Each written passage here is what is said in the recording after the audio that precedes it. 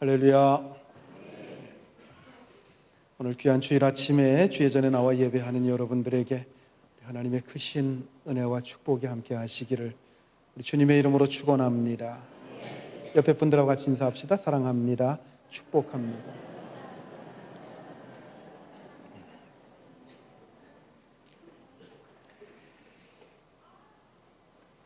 옛날에 하늘을 날아다니는 날짐승들과 그리고 들에서 걸어다니는 들짐승 간의 전쟁이 일어났습니다. 날짐승 편의 대장은 독수리였고 들짐승 편의 대장은 사자였습니다. 새들과 들짐승 간에 이기고 지고 또 밀리고 또 밀고 밀리는 치열한 각축전이 계속되었습니다. 그런데 그 가운데에는 남모르게 깊은 고민에 빠진 동물이 하나 있었습니다. 그것은 박쥐였습니다. 박쥐는 날개를 가지고 있었기 때문에 새라고 볼 수도 있지만 날개를 접으면 영락없는 쥐처럼 그렇게 보여졌기 때문에 들짐승으로 볼 수 있는 그런 동물입니다. 박쥐는 어느 편에 들어가야 될지 몰랐습니다. 어느 한쪽이 계속 이기기라도 한다면 그 편을 들 텐데 이게 이겼다 졌다 이러기 때문에 어느 한편 들어가기가 참 난처했습니다. 그래서 숨어서 나오지도 못하고 음식도 먹지 못하고 밤잠 자지 못하고 깊은 고민에 빠졌습니다. 며칠을 그렇게 고민하던 끝에 한 가지 묘책을 생각해냈습니다. 그것은 이중 생활을 하는 것이었습니다. 새들이 전세가 유리해지면 날개를 활짝 펴고 자기는 새처럼 새라고 하는 것을 나타냈습니다. 그런데 새들이 전쟁에서 밀리게 되면 날개를 싹 접어서 마치 쥐처럼 행동을 했습니다. 처음에는 불안하고 또 위험하기도 했습니다마는 굉장히 좋은 방법같이 여겨졌습니다. 그리고 굉장히 편리했습니다. 어느 쪽에도 적이 되지 않으면서 편안하게 별다른 피해 없이 지낼 수 있었기 때문입니다. 그런데 어느 날 전쟁이 끝났습니다. 독수리와 사자가 악수를 하고 모든 새들과 들짐승 간에 평화조약이 맺어졌습니다. 그런데 그때 박쥐는 새들에게서도 그리고 들짐승에게서도 버림받는 가련한 신세가 되어버리고 말았다고 하는 얘기입니다.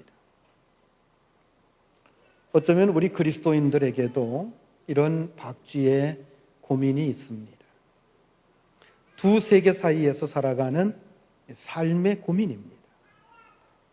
그리스도인이라고 이름이 붙여지는 그 순간부터 우리에게는 전혀 다른 두 세계 사이에서 샌드위치처럼 끼어서 살아가는 그 삶의 고민이 생겨납니다. 천국 시민이라고 하지만 우리는 이 땅에서 살아야 됩니다.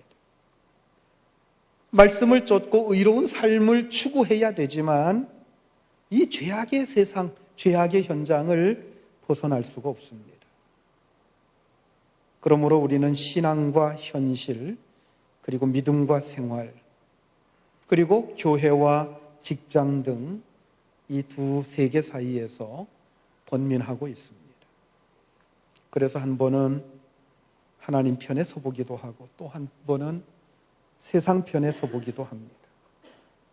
한 번은 의롭게 살아가려고 발버둥 쳐보기도 하고 또 한 번은 철저하게 이 세상 사람들과 함께 죄악 가운데 살아가기도 합니다. 한 번은 그리스도인으로 사는가 하면 한 번은 불신자처럼 살기도 하는 이 두 세계 사이에서의 고민을 우리가 끌어안고 살아갑니다. 대학교를 졸업할 때까지 교회 봉사를 아주 열심히 잘 하던 한 자매가 있었습니다. 주일이 되면 새벽부터 시작해서 찬양대원으로, 교회학교 교사로, 그리고 청년의 임원으로, 그리고 주일 오전 예배를 비롯해서 각 기관 예배, 그리고 저녁 예배까지 드리고 밤 늦게야 집으로 돌아가곤 했습니다. 그런데 이 자매가 대학을 졸업한 후에 첫 번째 얻은 직장이 주일 근무를 강요하는 직장이었습니다. 그래서 이 자매는 신앙과 직장, 이 두 가지의 길에서 고민에 빠지게 되었습니다. 어떤 신앙이 아주 좋은 사람이 아주 좋은 조건으로 직장에 들어가서 사장과 동료 사원들에게 큰 신임을 받으며 승승장구하고 직장 생활 잘 하고 있었습니다.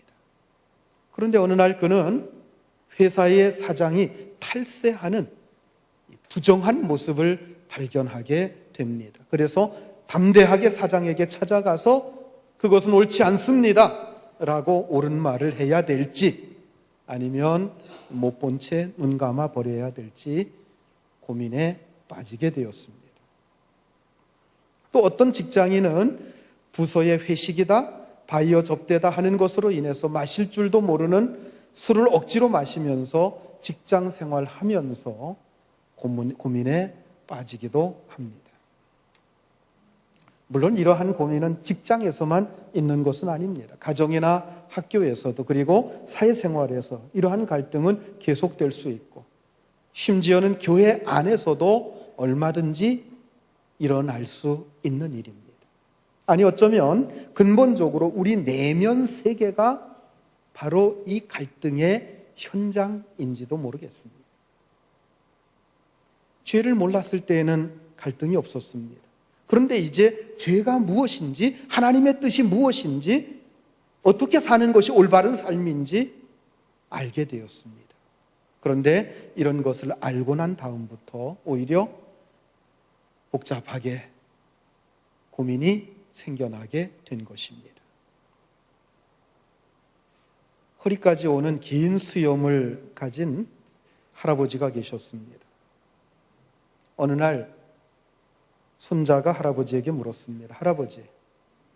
할아버지는 밤에 주무실 때 그 긴 수염을 어떻게 하고 주무시나요?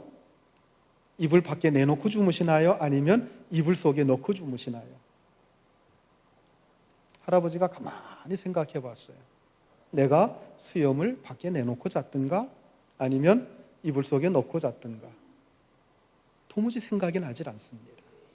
그래서 손자에게 이렇게 대답합니다. 내가 오늘 밤 자보고 내일 아침에 대답을 해주마.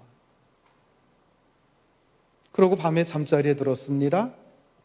수염을 이불 속에다가 집어넣고 이불을 덮고 자려고 하니까 왠지 답답해서 견딜 수가 없습니다. 아하, 수염을 밖에 내놓고 잤나 보다 하고 밖에 끄집어 내놓고 한번 잡았습니다. 그랬더니 어딘가 썰렁하고 허전합니다. 이게 아닌 것 같은데 그러고서 다시 집어넣습니다. 여전히 답답합니다. 끄집어냈습니다. 여전히 썰렁합니다.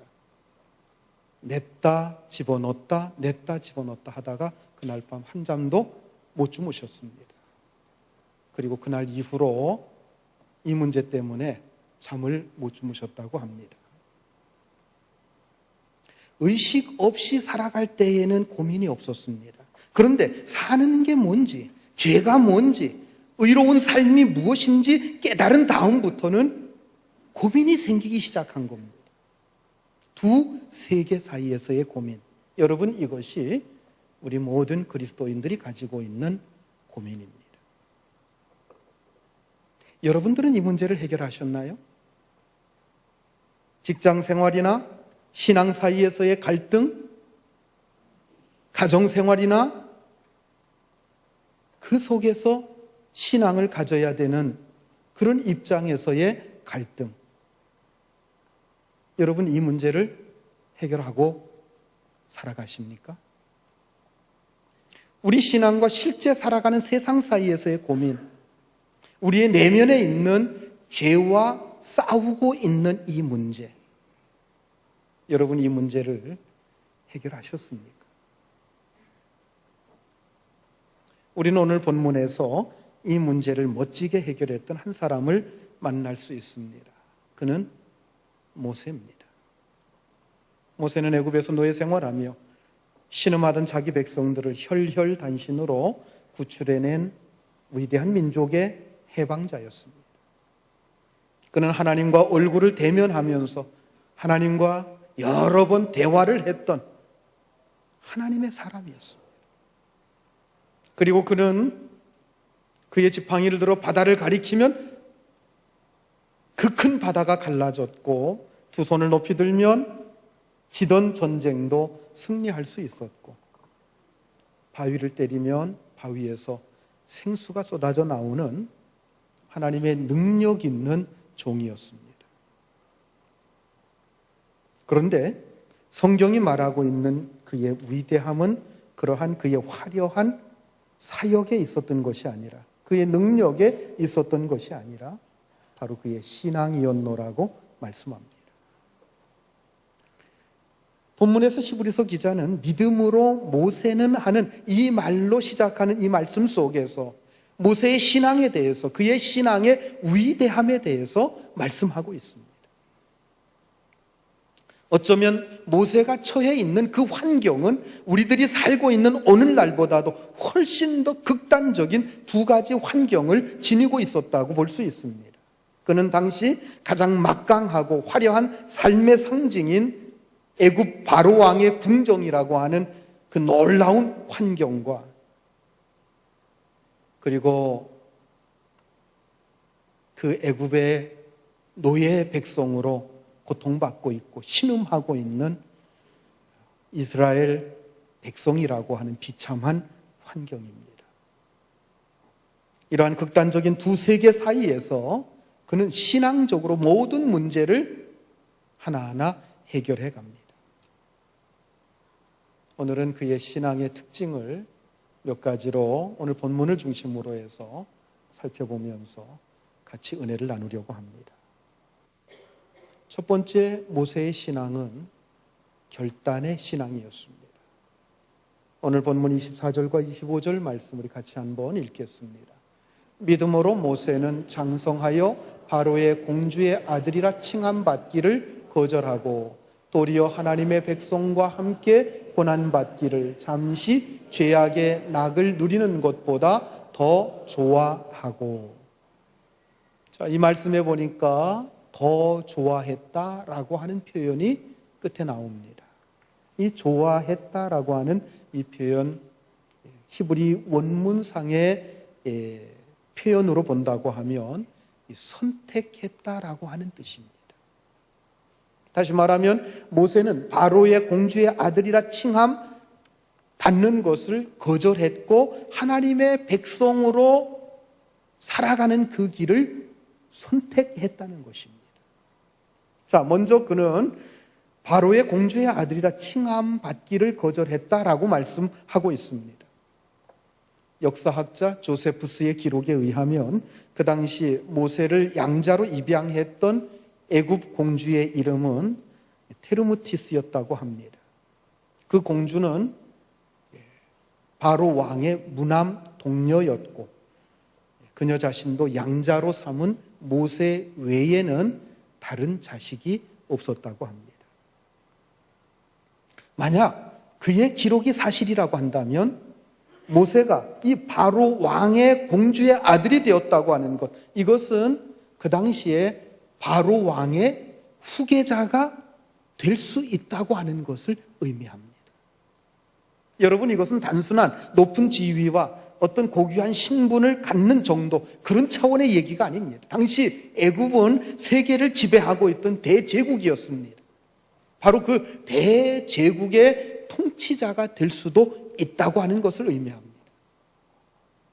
그렇게 되기만 하면 엄청난 부와 권력, 명예와 지위를 얻게 되고 세상에 자신이 원하는 모든 쾌락과 향락, 모든 것을 다 누릴 수 있게 됩니다. 무엇이든지 그의 눈이 원하는 것을 금하지 않고 마음이 즐거워하는 것을 막지 않고 하고 싶은 것 다 할 수 있는 바로 그러한 기회가 그의 앞에 놓여지는 것입니다. 이것은 그 당시에 최고의 출세요, 최고의 성공입니다. 그런데 그는 그것을 거절하고 하나님의 백성과 함께 고난받는 길을 선택했습니다. 했다는 겁니다. 애굽 백성이 아닌 노예 백성, 이스라엘 백성이 되어서 사는 그 길을 선택한 것입니다. 이스라엘은 애굽으로부터 심한 억압을 받고 있던 아주 비참한 노예 민족이었습니다. 나라도 없습니다. 땅도 없습니다. 가진 것도 없습니다. 눈에 보이는 것 아무것도 없었습니다. 그 길을 선택한다고 하는 것, 이것은 그 앞에 애굽에서 주어지는 모든 부귀영화를 몽땅 버리고 스스로 고난의 길, 고통스러운 길을 가겠다고 하는 뜻입니다. 왜 모세가 이런 바보 같은 선택을 했습니까? 머리가 나빠서요? 잘 모르기 때문에 그랬습니까? 아닙니다. 그는 그 당시 애굽의 모든 학문을 다 배워서 굉장히 지혜롭고 똑똑한 사람이었습니다. 그는 그의 백성들, 이스라엘 백성들이 어떤 억압을 받고 학대를 받고 어떤 고통을 받고 있는지 다 알고 있었습니다. 그렇다면 모세는 도대체 즐길 줄도 모르고 놀 줄도 모르는 아주 멋없는 신앙인이었기 때문에 부귀영화의 길을 버린 것입니까? 그렇지 않습니다. 여러분, 제가 목사라고 해서 설교나 성경 공부만 좋아하는 게 아니에요. 저도 여러분들과 똑같이 여행 다니고 싶고 좋아하는 야구장에도 가보고 싶고 재미있는 영화, 텔레비전 드라마 다 보고 싶습니다. 어쩌면 모세도 그 당시 애굽 사람들이 좋아하던 것들을 좋아했을 겁니다. 하지만 그는 그 좋은 것을 버리고 오히려 불편하고 싫은 것을 선택했습니다. 왜요? 그 좋은 것들은 잠시 누리는 죄악의 낙이라고 하는 것을 알았기 때문입니다. 물론 애굽 궁정에서 살고 그 음식을 먹는 것 그 자체가 죄는 아니었을 것입니다. 어쩌면 죄를 짓지 않고서도 얼마든지 그런 것들을 즐길 수 있었을 것입니다. 그러나 적어도 하나님의 백성으로 부름받은 모세에게 그것은 죄악의 삶이었습니다. 하나님의 부르심이 있었기 때문에 모세는 애굽 백성이 아닌 하나님의 백성으로 살아가야만 됩니다. 그가 하나님의 뜻과 그 부르심을 거역하고 애굽 공주의 아들이 되어서 온갖 부귀영화를 누리며 살았다라고 한다면 그것은 분명 하나님 앞에서 죄를 짓고 사는 삶일 것입니다. 그리고 거기에서 즐거움을 얻을 수 있을지는 몰라도 그것은 결국 잠시 누리는 낙일 뿐이라고 하는 것입니다. 그것은 올바른 삶이 아니고 의로운 삶이 아니고 세상적이고 그리고 일시적인 쾌락입니다. 모세는 그것을 알고 있었기 때문에 그 삶을 선택하지 않았습니다. 그리고 하나님의 백성답게 하나님의 백성으로서 살아가는 그 길을 선택한 것입니다. 여러분, 바로 이것이, 이 모습이 오늘 우리들이 가져야 될 신앙의 모습입니다. 세상에서 살기는 하지만 세상 백성의 길을 거부해버리고 하나님의 백성으로 살아가는 것입니다. 하나님의 뜻에 따라서 그 하나님의 부르심을 따라서 거부할 것은 거부하고 선택할 것은 선택하는 바로 그 신앙. 여러분, 이 결단의 신앙, 이것을 우리에게 말씀하고 있습니다. 이것이 오늘날 하나님의 백성과 이 세상에서 살아가고 있는 이 두 세계 사이에서 고민하고 있는 우리 그리스도인들이 매일매일 결단하면서 나아가야 될 하나님의 요구입니다. 여러분, 애굽은 우리가 살고 있는 이 세상의 상징적인 표상입니다. 자주 말씀을 드립니다만 출애굽 사건 자체가 우리 그리스도인들의 삶의 여정이라고 볼 수 있습니다. 거기에서 애굽은 우리가 과거 하나님을 알지 못하였던 세상 속에 살던 그 시절을 가리킵니다. 홍해를 건넙니다. 홍해를 건너는 것은 세례를 의미한다고 했습니다. 광야로 들어왔습니다. 광야는 교회를 의미하고 그리스도인들의 신앙의 여정을 가리킵니다.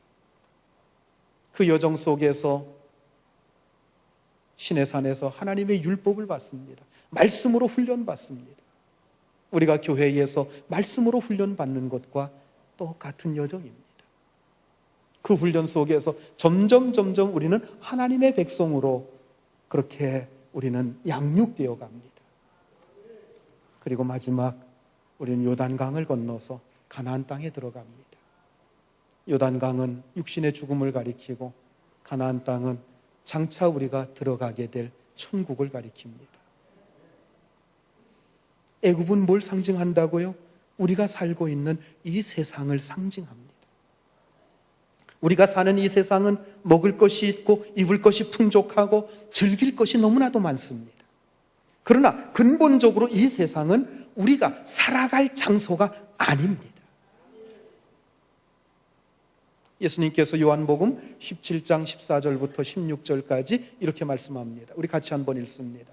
내가 아버지의 말씀을 그들에게 주었사오매 세상이 그들을 미워하였사오니 이는 내가 세상에 속하지 아니함같이 그들도 세상에 속하지 아니함으로 인함이니이다.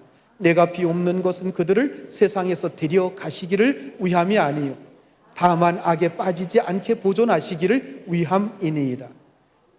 내가 세상에 속하지 아니함같이 그들도 세상에 속하지 아니하였사옵나이다. 아멘. 내가 세상에 속하지 않은 것처럼 우리가 세상에 속하지 않았다라고 말씀하고 있습니다. 분명히 우리가 이 세상에 살아가고 있지만 소속은 이 세상이 아니라는 겁니다. 이 세상은 종종 우리에게 하나님의 백성으로서 하지 말아야 될 그 일들을 하라고 자꾸 유혹하고 강요합니다. 그래서 많은 그리스도인들이 한 손으로는 하나님을 잡고 있으면서도 또 한 손으로는 세상을 놓지 못하고 그것을 붙잡고 살아갑니다. 한 번은 하나님 편에 서보았다가 또 한편은 세상 편에 서보기도 합니다. 한 번은 의로운 삶을 살아보려고 애쓰다가도 또 한 번은 다시 죄악의 삶으로 빠져들어가고 마는 겁니다. 예배당에 나올 때에는 경건한 그리스도인처럼 보여지지만 다시 세상에 나아가면 세상 사람들과 전혀 다르지 않은 모습으로 전락해버리는 것. 여러분, 이것이 오늘 우리의 모습이 아닙니까? 결단해야 될 때 결단하지 못하고 놓아야 할 때 놓지 못하는 안타까운 모습만 반복됩니다. 그러나 여러분, 버릴 것 버려야 됩니다. 버릴 것 버리지 못하고 뿌리쳐야 될 것 뿌리치지 못하면 여러분, 그 삶은 비참해질 수밖에 없습니다. 우리는 세상과의 타협을 거절하고 죄의 유혹을 물리치고 거룩한 하나님의 자녀로서 하나님의 백성답게 살아가는 그 길을 매 순간마다 선택하며 나아가야 됩니다. 여러분, 이것은 신앙적인 결단의 문제입니다. 물론 이 말씀은 당장 다니던 직장 그만두라는 얘기 아닙니다. 어디서 어떤 일을 한다고 할지라도 그 하나님의 부르심에 합당한 하나님의 백성답게 살겠다고 하는 마음의 결단, 이걸 의미합니다. 이 결단의 신앙이 있을 때 우리는 두 세계 사이에서의 갈등이나 고민을 하지 않고 우리는 승리할 수 있는 줄 믿으시기 바랍니다. 두 번째로 모세가 이런 결단을 내릴 수 있었던 것은 그에게 분별의 신앙이 있었기 때문입니다. 자, 26절 말씀 우리 같이 한번 읽겠습니다. 그리스도를 위하여 받는 수모를 애굽의 모든 보화보다 더 큰 재물로 여겼으니 이는 상 주심을 바라봄이라. 자, 이 말씀 중간에 보면 여겼다라고 하는 말씀이 나옵니다. 그리스도를 위하여 받는 수모, 이것을 애굽의 모든 보화보다 더 귀한 것으로, 더 큰 재물로 여겼다. 여러분, 여기 여겼다라고 하는 말은 아주 신중하게 검토하고 깊이 생각했다, 이런 뜻입니다. 뭘 신중하게 검토하고 생각했습니까? 하나는 그리스도를 위해서 받는 수모이고 또 하나는 애굽의 모든 보화였습니다. 그리스도를 위해서 받는 수모가 무엇입니까? 주님을 위해서 살아갈 때 겪어야 되는 모든 종류의 의로운 고난을 의미합니다. 애굽의 모든 보화는 이 세상의 부귀영화를 의미합니다. 당시 애굽의 재력은 상상을 초월하는 것이었다고 합니다. 영국의 유명한 고고학자에 의해서 발굴된 한 바로 왕의 무덤에서는 수천 킬로그램의 순금이 나왔다고 합니다. 그리고 애굽의 모든 보화란 단순한 재물만을 의미하는 게 아닙니다. 그 이상의 것입니다. 당시 애굽은 세계를 지배하던 제국이었습니다. 대단한 경제력과 군사력을 가지고 있었습니다. 또 학문과 문화도 그만큼 번창했습니다. 한마디로 애굽의 모든 보화라고 하는 것은 우리가 이 세상에서 얻을 수 있는 그 모든 것을 의미하는 대명사였습니다. 모세는 지금 이 두 가지를 놓고 비교하는 것입니다. 하나는 그리스도를 위해서 받는 수모입니다. 능력입니다. 주님을 섬기기 때문에 우리가 신앙이라고 하는 그 이름을 가지고 살아야 되기 때문에 내가 받아야 되는 수고와 희생이요, 손해와 멸시천대입니다. 그리고 그 명령을 따라서 살아가야 되기 때문에 그 사명에 따라 살아가기 위해서 우리가 당하는 모든 고난과 희생입니다. 그런가 하면 또 한 가지는 세상에서 갖고 누릴 수 있는 모든 것, 즉 재물과 권세, 지혜와 지위와 명예입니다. 이 두 가지를 놓고 모세는 저울질 해본 것입니다. 어느 것이 더 소중한가? 어느 것이 더 가치가 있는가? 그리고 결론을 어떻게 내렸습니까? 그리스도를 위해 받는 수모 쪽에 더 가치를, 더 소중함을 두게 됐다고 하는 것입니다. 이 둘 중에서 어느 것이 더 귀한지, 무엇이 참된 가치인가 하는 것을 분명히 깨닫는 이 분별의 신앙. 여러분, 이것이 모세의 신앙이었습니다. 바로 이 신앙 때문에 모세는 애굽의 모든 보화를 버리고 하나님의 백성으로 고난받기를 선택할 수 있었습니다. 오늘날 많은 사람들이 참된 가치가 무엇인지 잘 모르면서 살아갑니다. 아니, 모르는 것에 그치지 않고 정말 가치 없는 것을 대단한 가치가 있는 것처럼 착각하면서 살아가는 사람들이 너무도 많습니다. 그래서 한 번밖에 없는 인생을 거기에다가 다 투자하고 허비하면서 그렇게 살아갑니다. 애굽의 보화, 물론 귀한 것입니다.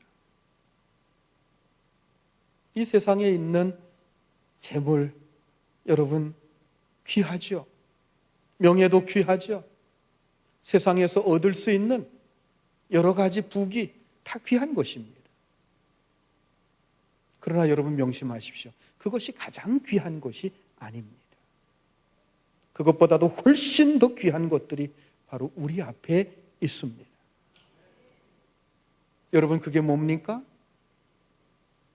우리 주님 예수 그리스도를 위해서 사는 삶입니다. 그 그리스도 때문에 겪을 수 있는 수모입니다. 주님을 믿고 따르며 주님을 섬기기 때문에 내가 겪어야 되는 수고와 손해와 희생입니다. 그것을 참고 견디며 오히려 그것을 오늘 우리에게 주시는 복과 은총으로 생각하고 살아가는, 이것이 오늘 본문을 통해서 우리에게 주시는 주님의 말씀입니다. 여러분, 오늘날 우리가 받을 수 있는 그리스도를 위한 수모가 무엇이겠습니까? 물론 우리가 사는 이 현실 속에서 본다고 할 때 우리가 무슨 고문을 당하며 예수를 부인하라고 하는 그러한 강요를 당하지는 않습니다. 우리를 화형대에다가 매달아 놓고 너 예수 안 믿겠다고, 그렇게 예수를 부인하지 않으면 당장 화형에 처하겠다, 이런 무서운 핍박은 우리 앞에는 없습니다. 그러나 여러분 가만히 생각해 보십시오. 우리의 삶 속에도 오른뺨을 얻어맞는 그 고통은 있습니다. 또 겉옷을 빼앗겨야 되는 그런 손해를 볼 때가 있습니다. 무엇 때문에요? 예수 믿기 때문에, 하나님의 말씀대로 살아가려고 애쓰기 때문에 그런 수모를 당하고 그런 손해를 당할 수 있다고 하는 것입니다. 그러나 여러분 기억하십시오. 그것은 절대 고통이 아닙니다. 그것은 기쁨입니다. 그것은 고난이 아닙니다. 여러분, 그것은 영광입니다. 왜요? 그것이 가장 귀한 복이라고 말씀하고 있기 때문입니다.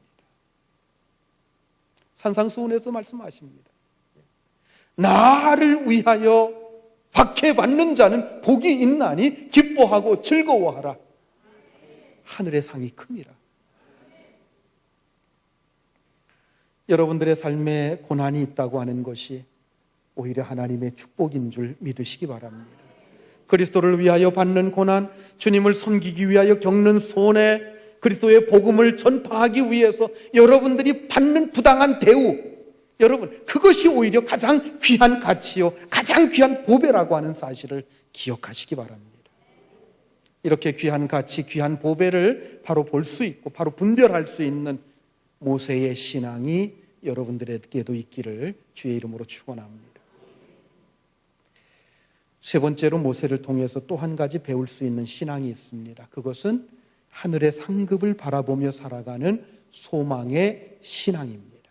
자, 26절 다시 한번 읽겠습니다. 그리스도를 위하여 받는 수모를 애굽의 모든 보화보다 더 큰 재물로 여겼으니 이는 상 주심을 바라봄이라. 그리스도를 위하여 받는 수모를 애굽의 모든 보화보다 더 큰 재물로 여겼는데, 그렇게 할 수 있었던 이유가 뭐냐? 그것은 하나님께서 주시는 그 놀라운 상, 그 면류관, 그것을 바라볼 수 있었기 때문이라는 거예요. 여기 바라봄이라 그랬죠? 원문상의 의미는 뚫어지게 쳐다본다, 이런 뜻입니다. 예, 내가 발견한 그 목표를 잡기 위해서 시선과 관심을 집중해서 뚫어지게 바라보면서 온 마음과 뜻을 다해서 나아가는 자세. 여러분, 이것을 성경은 소망이라고 부릅니다. 다른 곳에 내 시선을 빼앗기지 않고 오직 하늘의 상급을 바라보며 나아가는 소망의 신앙입니다. 히브리서는 우리 주님에 대해서 이렇게 말씀합니다. 히브리서 12장 2절 말씀 우리 같이 읽습니다. 믿음의 주요 또 온전케 하시는 이인 예수를 바라보자. 그는 그 앞에 있는 기쁨을 위하여 십자가를 참으사 부끄러움을 개의치 아니하시더니 하나님 보좌 우편에 앉으셨느니라. 우리가 뭘 소망하라고 했습니까? 믿음의 주요 온전케 하시는 이인 예수를 바라보자. 예수를 소망하라는 겁니다.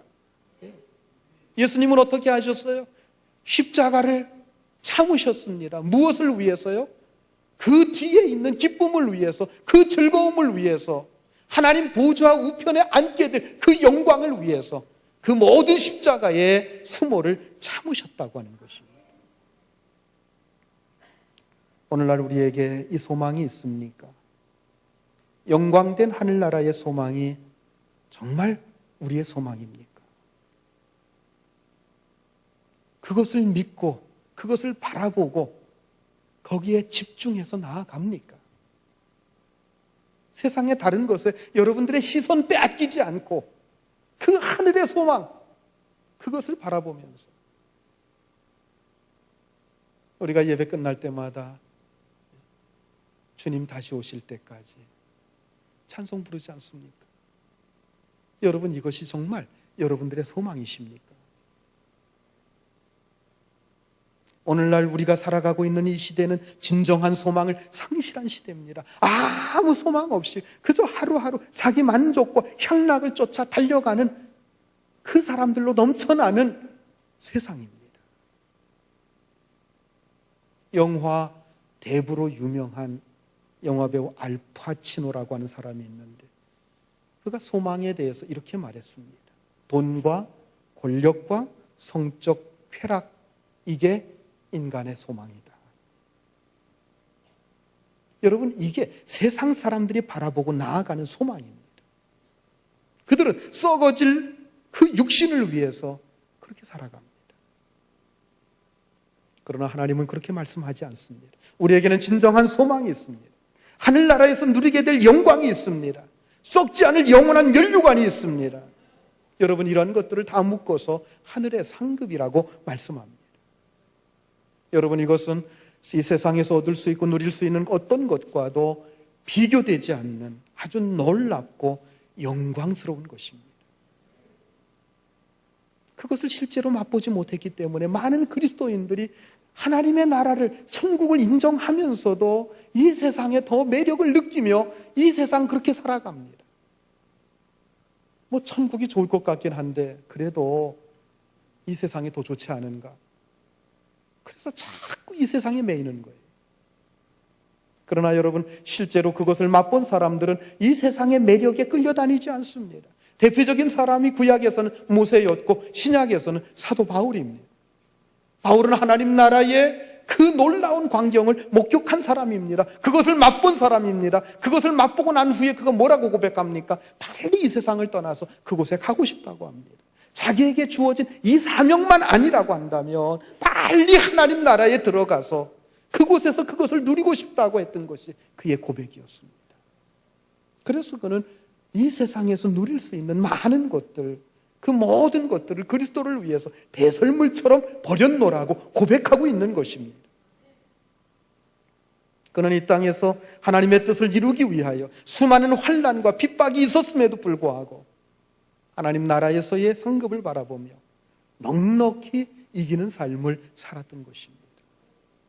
그의 마지막 고백을 봅시다. 디모데후서 4장 7절 8절 우리가 잘 아는 말씀입니다. 같이 읽습니다. 나는 선한 싸움을 싸우고 나의 달려갈 길을 마치고 믿음을 지켰으니 이제 후로는 나를 위하여 의의 면류관이 예비되었으므로 주 곧 의로우신 재판장이 그날에 내게 주실 것이며 내게만 아니라 주의 나타나심을 사모하는 모든 자에게이니라. 주의 나타나심을 사모하는 모든 자들에게도 이 모든 것을 주신다는 거예요. 주님 다시 오실 때까지 우리가 찬송만 부를 게 아니라 정말 주님 나타나실 그날을 사모하며 그날을 바라보며 거기에 시선과 관심을 집중하며 오늘 우리의 주어진 삶을 살아야 될 것입니다. 이 소망은 주님 때문에 이 세상에서 고난을 겪는 자들에게 더 분명해진다는 사실을 기억하십시오. 이 소망, 이 상급을 바라보고 나아가는 자는 어떤 고난도 고난으로 여기지 않습니다. 오히려 그것을 기쁨으로 여깁니다. 오늘 본문의 모세처럼 또 사도 바울처럼 그리고 많은 믿음의 선진들처럼 여러분이 이 놀라운 하늘의 상급 바라보시고 오늘을 사시길 바랍니다. 그 상급 때문에 그리스도를 위하여 겪는 고난과 손해를 가장 귀한 것으로 여길 수 있는 여러분들이 되시길 바랍니다. 그래서 두 세계 사이에서 더 이상 갈등하거나 고민하지 않고 날마다 분별력 있고 결단성 있는 믿음을 가지고 이 세상 속에서 승리하는 저와 여러분들이 될 수 있기를 우리 주님의 이름으로 축원합니다. 기도하시겠습니다.